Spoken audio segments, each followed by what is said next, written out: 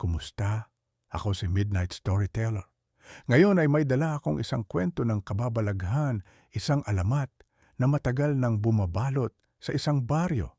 Isang kwento ng sumpa, ng dugo, at ng isang simpleng unan. Pero mag-ingat ka dahil kapag narinig mo ang kwento na ito, baka sa iyong pagtulog, maramdaman mong may malamig na bisitang nakahiga sa tabi mo. Ito ang alamat ng unan. Ang unang gabi sa isang tahimik na baryo sa kabundukan ng Laguna, may isang kakaibang alamat na paulit-ulit na binabanggit ng matatanda. Ito raw ang alamat ng isang unan na hindi basta-basta ordinaryo. Hindi ito basta gamit sa pagtulog. Ito ay sinasabing may kapangyarihang nagdadala ng panaginip na hindi lang basta ilusyon, kundi mga bisyon mula sa nakaraan, kasalukuyan at hinaharap. Ang sino mang makagamit nito ay makararanas ng mga pangyayaring hindi maipaliwanag, mga pangyayaring maaaring magdala ng swerte, kapahamakan o kamatayan. Si Tomas, isang binatang 23 taong gulang, ang pangunahing bida ng ating kwento. Galing siya sa Maynila at napilitan lamang bumalik sa kanilang baryo matapos mamatay ang kanyang lola.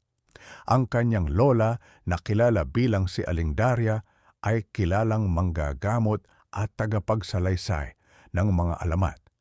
Isa sa mga madalas nitong ikwento ay ang tungkol sa mahiwagang unan. Lagi nitong paalala, huwag na huwag mong gagamitin ang unan na nasa baul, apo. Hindi ito laruan. Kapag ginamit mo, hindi mo na mababago ang nakatakda. Noong una, hindi pinaniniwalaan ni Tomas ang mga alamat ng kanilang baryo. Para sa kanya, gawa-gawa lamang ito upang takutin ang mga bata. Pero isang gabi, habang nililinis niya ang lumang bahay ng kanyang lola, nakita niya ang baul na madalas binabanggit nito. Mabigat ang baul at luma na ang kahoy.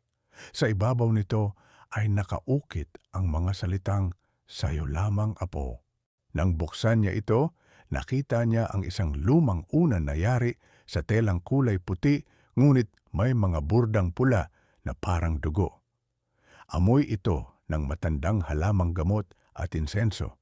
Bagamat nagdadalawang isip, dinala niya ito sa kanyang kwarto at ginamit bilang unan sa pagtulog.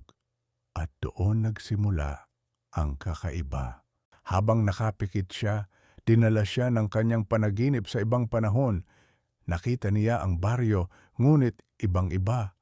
Maraming mga tao, nakasuot ng lumang barong Tagalog at saya, at may kasayahan sa gitna ng plaza. Ngunit biglang dumilim ang paligid at nagsimulang magtakbuhan ang lahat.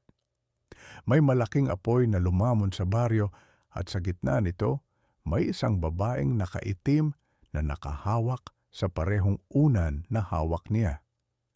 Nakatingin ito diretso kay Tomas na tila alam ang kanyang presensya. "Bakit nandito ka?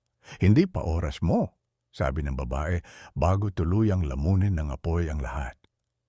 Nagising si Tomas, na pawis, habol ang hininga. Sa tabi niya, nakalatag pa rin ang lumang unan.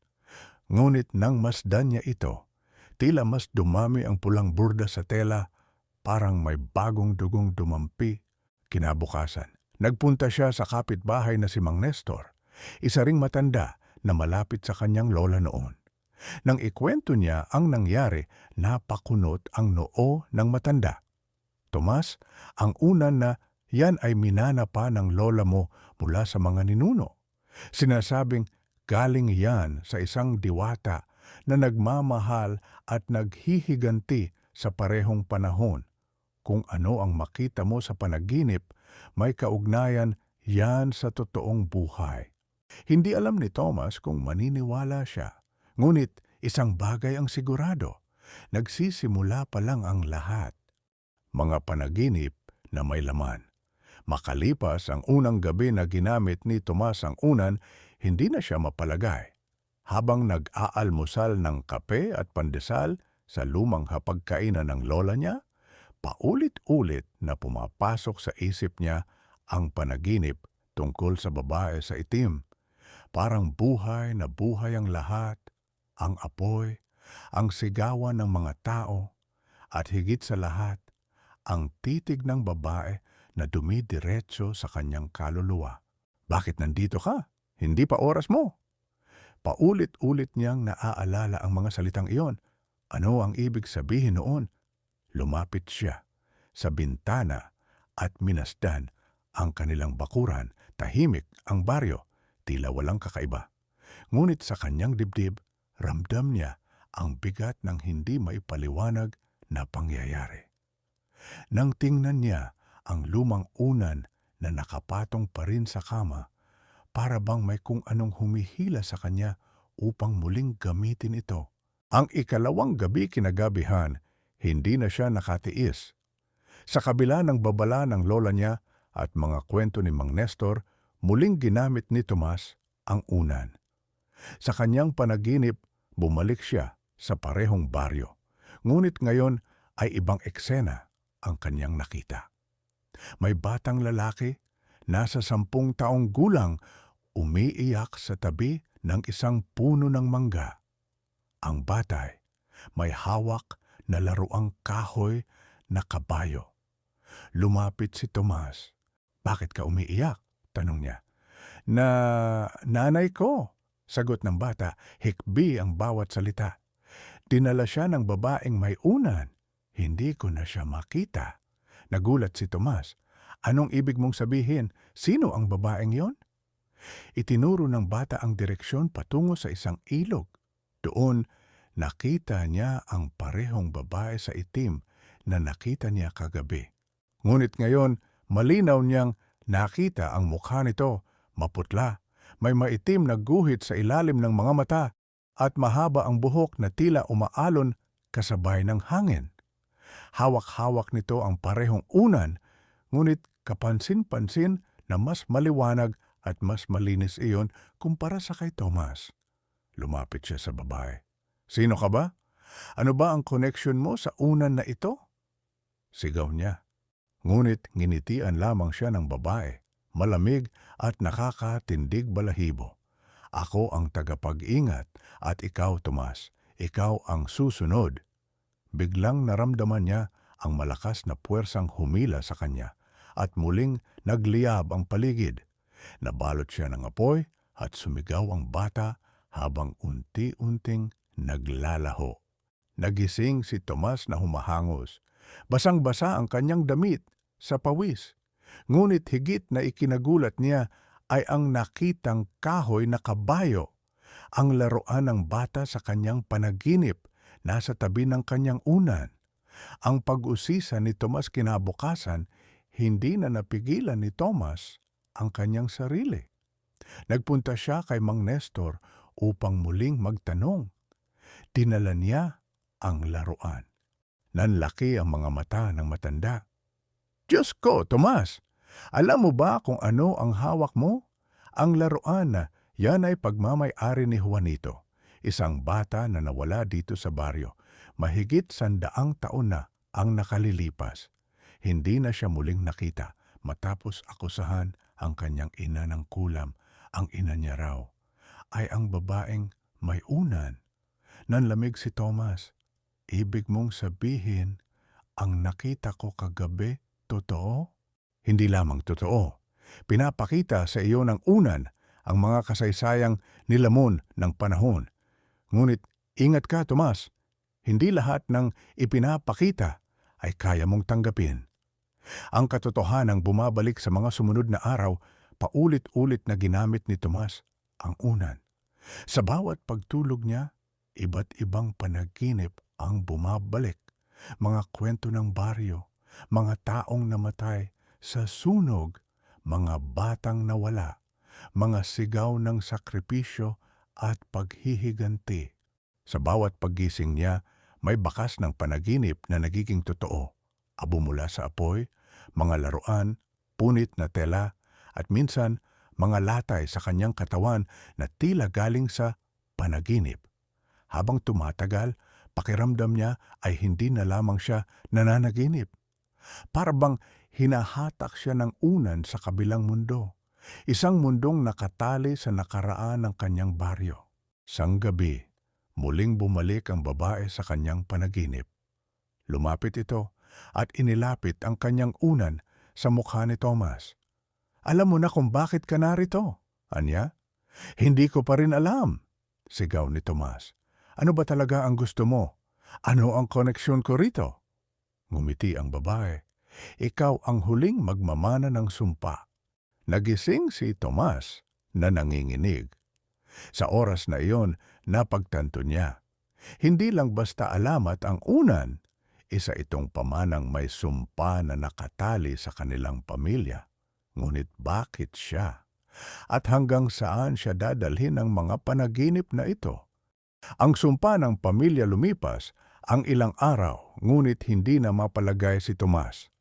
Sa bawat gabi na ipinipikit niya ang kanyang mga mata, muling lumilitaw ang babae sa itim, dala ang misteryosong unan na kasing hulma ng sa kanya. Habang tumatagal, mas nagiging malinaw ang mga panaginip, tila mga piraso ng kasaysayan na sinadyang itago ng baryo sa katahimikan. Isang gabi, naglakad si Tomas papunta sa lumang silong ng kanilang bahay. Naisip niyang baka may iniwang tala o kasulatan ang kanyang lola tungkol sa misteryosong unan. Doon niya natagpuan ang isang lumang kahon ng kahoy, nakatago sa ilalim ng mga gamit. Binuksan niya ito at nakita ang mga lumang journal ng kanyang lola, si Aling Daria. Ang mga tala ni Aling Daria, binasa niya ang mga pahina, at sa una ay mga reseta ng halamang gamot lamang ang laman. Ngunit habang lumalalim siya sa mga pahina, nakita niya ang kakaibang mga sulat. Ang mga tala ni Aling Daria, binasa niya ang mga pahina, at sa una ay mga reseta ng halamang gamot lamang ang laman. Ngunit habang lumalalim siya sa mga pahina, nakita niya ang kakaibang mga sulat. Ang una na ito ay hindi basta ari-arian. Ito ay iniabot sa ating pamilya ng isang babaeng nagngangalang Esperanza. Isa siyang diwata o marahil isa ring nilalang na isinumpa ng tao. May dalawang mukha siya, ang tagapagbigay ng panaginip na nagbibigay babala at ang tagapaghatid ng kapahamakan. Ang sinumang gumamit ng unan ay nagiging tagapagmana ng sumpa. At ngayon, ako na ang may dala nito. Nanlamig si Tomas habang binabasa ang sumunod na bahagi. Ngunit darating ang araw na ang apo ko ang susunod na tagapasa ng unan. Alam kong hindi ko ito maiiwasan. Ang sumpa ay hindi natatapos, kundi ipinapasa. Biglang kinilabutan si Tomas. Hindi na siya makapaniwala. Ibig sabihin, matagal nang alam ng kanyang lola na sa kanya mapupunta ang sumpa. Hindi pala aksidente na isinulat sa baul ang mga salitang, "Sayo lamang, apo." Ang ikatlong panaginip kinagabihan, muling ginamit ni Tomas ang unan, at sa panaginip, nakita niya ang isang malaking hukuman. Nasa gitna siya ng isang lumang plaza at sa harap ng mga tao, nakagapos ang isang babae. Siya rin ang babaeng nakikita niya sa panaginip. Siya si Esperanza. "Bruha! Mangkukulam!" Sigaw ng mga tao habang binabato ito ng mga bato at kahoy. Ngunit kahit sugatan, nakatingin si Esperanza kay Thomas. "Hindi ako masamang nilalang, ngunit ang kanilang takot ang gumawa sa akin ng halimaw." Sinunog siya ng mga tao sa gitna ng plaza, at sa apoy ay nakita ni Tomas ang lumang unan. Hindi nasunog ang unan, bagkus nagningning ito at tila sumipsip ng lahat ng sigaw, galit at paghihirap. Sa mismong apoy, nakarinig siya ng tinig na tila nagsasabing, "Ang sumpa ay magsisimula sa iyong dugo at magtatapos sa iyong dugo." Nagising si Tomas na nanginginig at humihingal. Ngunit sa pagkakataong ito, may paso sa kanyang braso, tila galing sa apoy. Totoo na nga, hindi lamang panaginip ang lahat. Ang pag-amin ni Mang Nestor, hindi na alam ni Thomas kung saan tatakbo, kaya't muli siyang lumapit kay Mang Nestor. Dinala niya ang journal ng kanyang lola at ipinakita ito. Tahimik na nagbuntong hininga ang matanda. Apo, hindi ko na sana sasabihin sa iyo pero nararapat na malaman mo. Ang pamilya ninyo ang nagmula sa linya ng mga taong nagligtas at nagkanulo kay Esperanza. Anong ibig mong sabihin? Gulat na tanong ni Tomas. Noong unang panahon, ang iyong mga ninuno ang unang tumulong kay Esperanza. Sila ang nagbigay ng tahanan at proteksyon. Ngunit dahil sa takot at bintang ng buong baryo, sila rin ang unang nagbitiw ng hatol laban sa kanya. Sa galit at sakit, isinumpa ni Esperanza ang inyong lahi na habang buhay kayong magpapasa ng unan at mararanasan ang kanyang kalbaryo. Nanlumo si Tomas. Ibig sabihin, hindi lamang siya basta napili. Tadhana talaga ng kanilang pamilya ang sumpa. May paraan ba para matapos ito?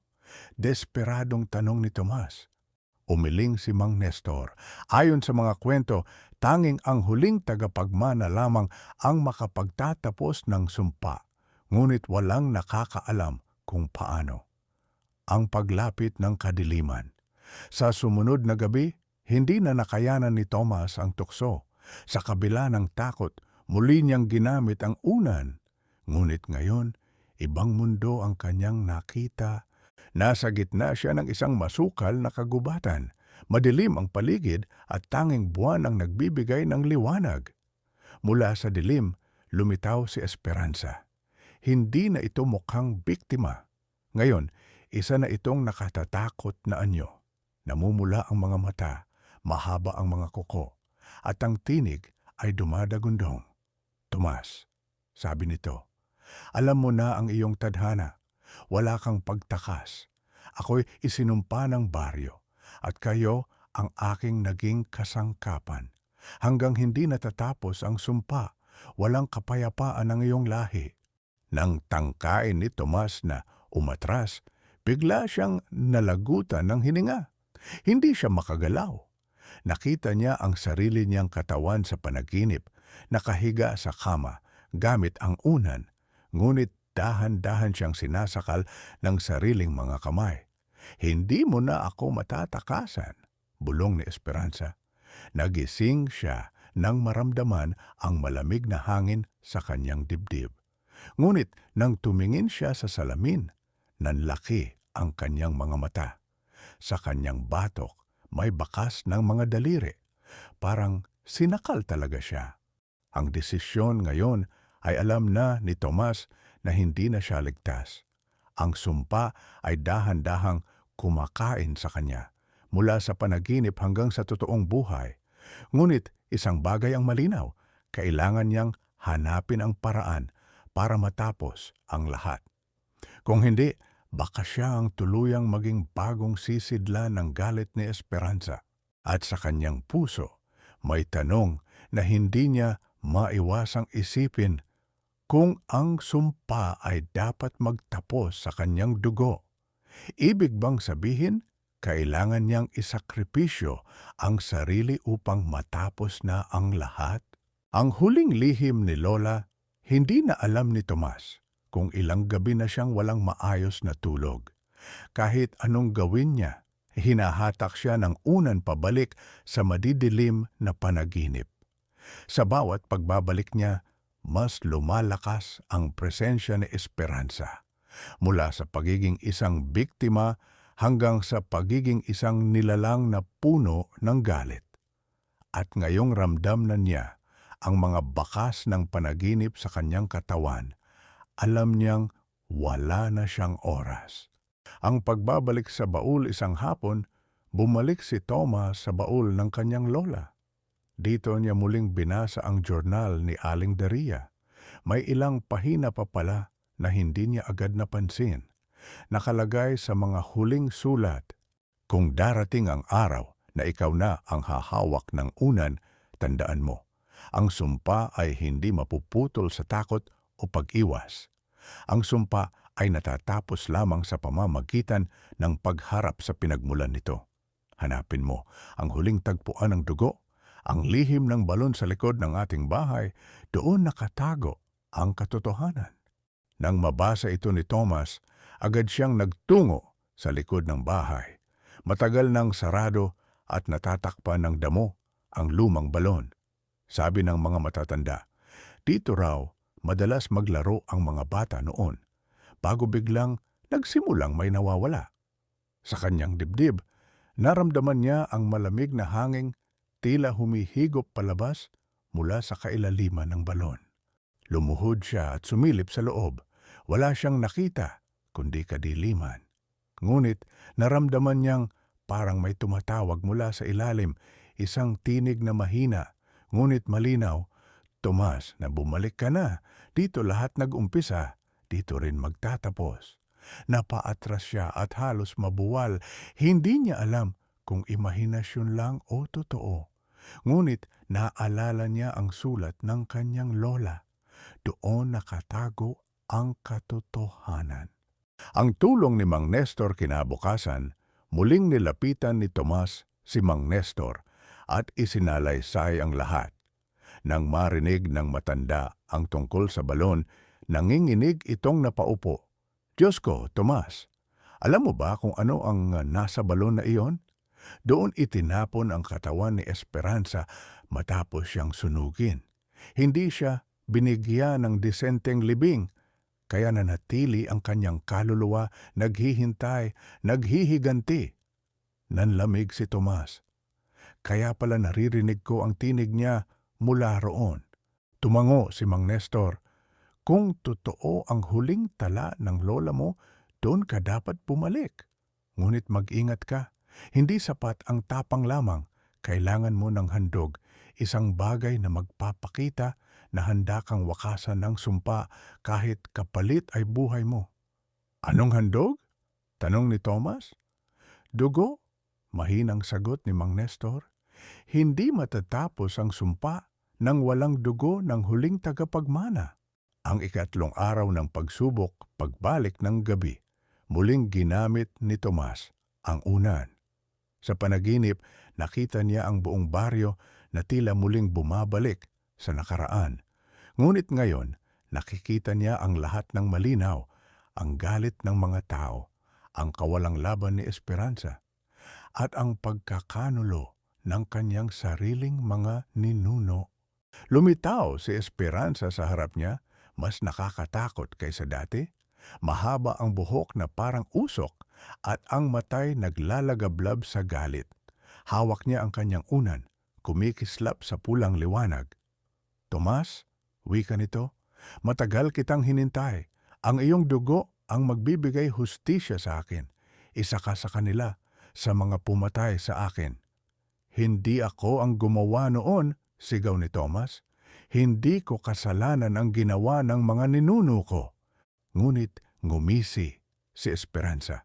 Hindi mo man kasalanan, ngunit ikaw ang tagapagmana at sa dugo mo magtatapos ang lahat. Biglang umalingaw-ngaw ang malakas na kulog. Sa panaginip, nakita ni Tomas ang balon. Doon, tila hinihila siya ng isang puwersa. Sa kanyang paglapit, nakita niya ang mga kamay na nakalabas mula sa loob ng balon. Pilit siyang hinihila pababa. Nagsigawan ang mga tinig sa paligid. Isakripisyo ang dugo. Isakripisyo ang huli. Ang pagbangon nagising si Tomas nang nakadapa sa sahig, basang-basa ng pawis. Ngunit higit na ikinagulat niya ay ang sugat sa kanyang palad. May malalim na hiwa at mula rito'y tumutulo ang dugo papunta sa unan. Ang tela ng unan ay unti-unting nagiging mas matingkad na pula, para bang sinisip-sip nito ang kanyang dugo. Sa puntong iyon, naunawaan niya ang lahat. Hindi sapat na itago ang unan o itapon ito. Ang sumpa ay tatakbo sa kanilang lahi hanggat walang handog, at ang huling handog ay siya. Ngunit sa kanyang puso, hindi niya kayang basta isuko ang buhay. Kung siya ang huling tagapagmana, may paraan siguro para tapusin ang lahat ng hindi na uuwi sa kanyang kamatayan. Naalala niya ang huling sulat ng kanyang lola, harapin ang pinagmulan. Ibig sabihin, hindi sapat ang dugo, kailangan niyang bumaba mismo sa balon at harapin si Esperanza sa kanyang pinagmulan. Ang desisyon kinabukasan, bago lumubog ang araw, nagtungo si Tomas sa likod ng bahay. Bitbit niya ang lumang unan at isang lampara. Humarap siya sa balon, pinakinggan ang malamig na hangin na galing sa kailaliman. Kung dito matatapos, dito ako magsisimula, bulong niya sa sarili. Itinali niya ang isang lumang lubid sa poste at nagsimulang bumaba sa balon.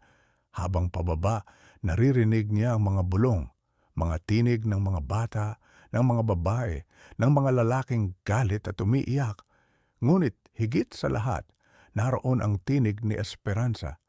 Huwag ka nang bumaba, Tomas.